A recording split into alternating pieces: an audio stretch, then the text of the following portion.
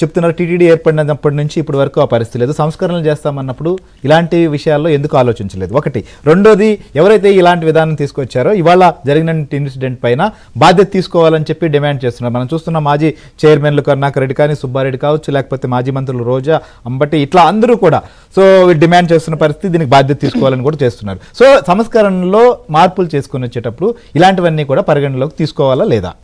శ్రీహర్ గారు, మీరు నాకు కొంచెం సమయం ఇవ్వాలి. మొట్టమొదటిగా మీ ప్రశ్నకు సమాధానం ఏంటంటే, ఎస్, ఖచ్చితంగా రిఫార్మ్స్ అనేటువంటివి తీసుకొస్తున్నాం. ఏవైతే అంటే ఇందాక మీరు చెప్పినట్టుగా ఆగమ శాస్త్రానికి విరుద్ధంగా కూడా కొన్ని ఏవైతే నిర్ణయాలు తీసుకున్నారో వాటన్నిటి మీద కూడా ఒక సమాలోచన చేసి ఆగమ శాస్త్ర నిపుణులతోటి మాట్లాడి వాటి మీద కూడా నిర్ణయాలు తీసుకుంటాం. ఏవైతే తప్పుడు నిర్ణయాలు తీసుకున్నారో వాటిని మేము మళ్ళీ ప్రక్షాళన చేసి తీసుకొస్తాం అనే మాట టైమ్ అండ్ అగైన్ చెప్తూనే ఉన్నాం. The process is on going. First thing, process is on going. ఎందుకంటే బోర్డు ఫామ్ అయ్యి ఎన్ని రోజులు అయింది, ఏ విధమైనటువంటి ఎన్నిసార్లు బోర్డు మీటింగ్లు అయ్యాయి, బోర్డు మీటింగ్లో ఏ విధమైనటువంటి నిర్ణయాలు తీసుకున్నారు, ఆ నిర్ణయాల ఇంప్లిమెంటేషన్ ఎక్కడి వరకు వచ్చింది అనేటువంటి విషయాన్ని ఒకసారి మాట్లాడదాం. అది ఒక విషయం. ఎస్, డెఫినెట్గా దీని మీద ఇప్పుడు శ్రీవాణి ట్రస్ట్కి సంబంధించి ఏదైతే కొంత అవకతవకలు జరిగాయి అనేటువంటి వచ్చినప్పుడు దాని మీద ఒక నిర్ణయం తీసుకున్నారు. దీని మీద కూడా ఆగమ శాస్త్ర నిపుణులతో మాట్లాడి we will definitely take a decision on it అనేది ఇదివరకే చెప్పినటువంటి నిర్ణయం. అది నాకు తెలిసి it has to happen in the near future. అయితే నాకు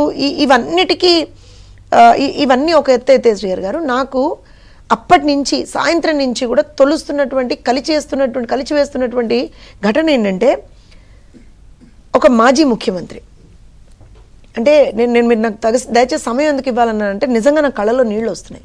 6 వాళ్ళ ప్రాణాలని కోల్పోయారు.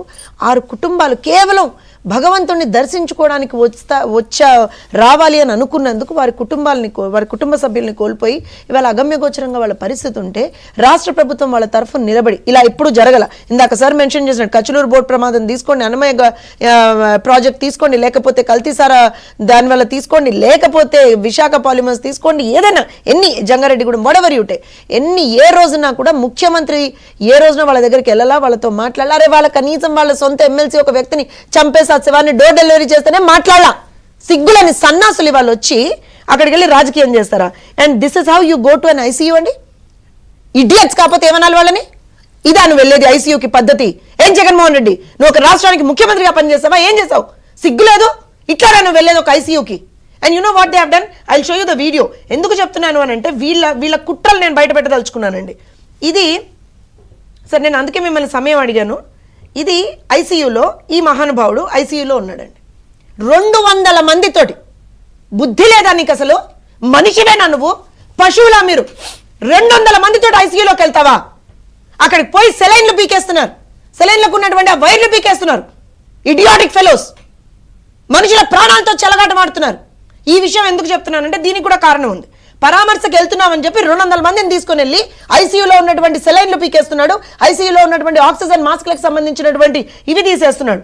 వీటన్నిటికీ కారణం ఏంటి చూస్తున్నాడు? మీరు ఎందుకు ఇది మాట్లాడుతున్నారంటే, ఈ మహాతల్లి చంద్రబాబు నాయుడు ఆయన లెగ్ మహత్యం ఏంటో కానీ, ఆయన ఎప్పుడు అధికారంలోకి వస్తే అప్పుడు ఈ రాష్ట్రంలో మనం ఎన్నో చావులు చూడాల్సి వస్తుంది. గతంలో గోదావరి పుష్కరాలు. అర్థమైందా? అంటే this is what you do. అధికారం లేదని చెప్పి మీ అధికార దాహం కోసం, ఏం రోజా, నీ అధికారం దాహం కోసం ఇవాల్టి రోజున ప్రజల ప్రాణాలతో ఆడుకుంటున్నారా? ఇవాళ జరిగింది ఒక అన్టువర్డ్ ఇన్సిడెంట్ అండి.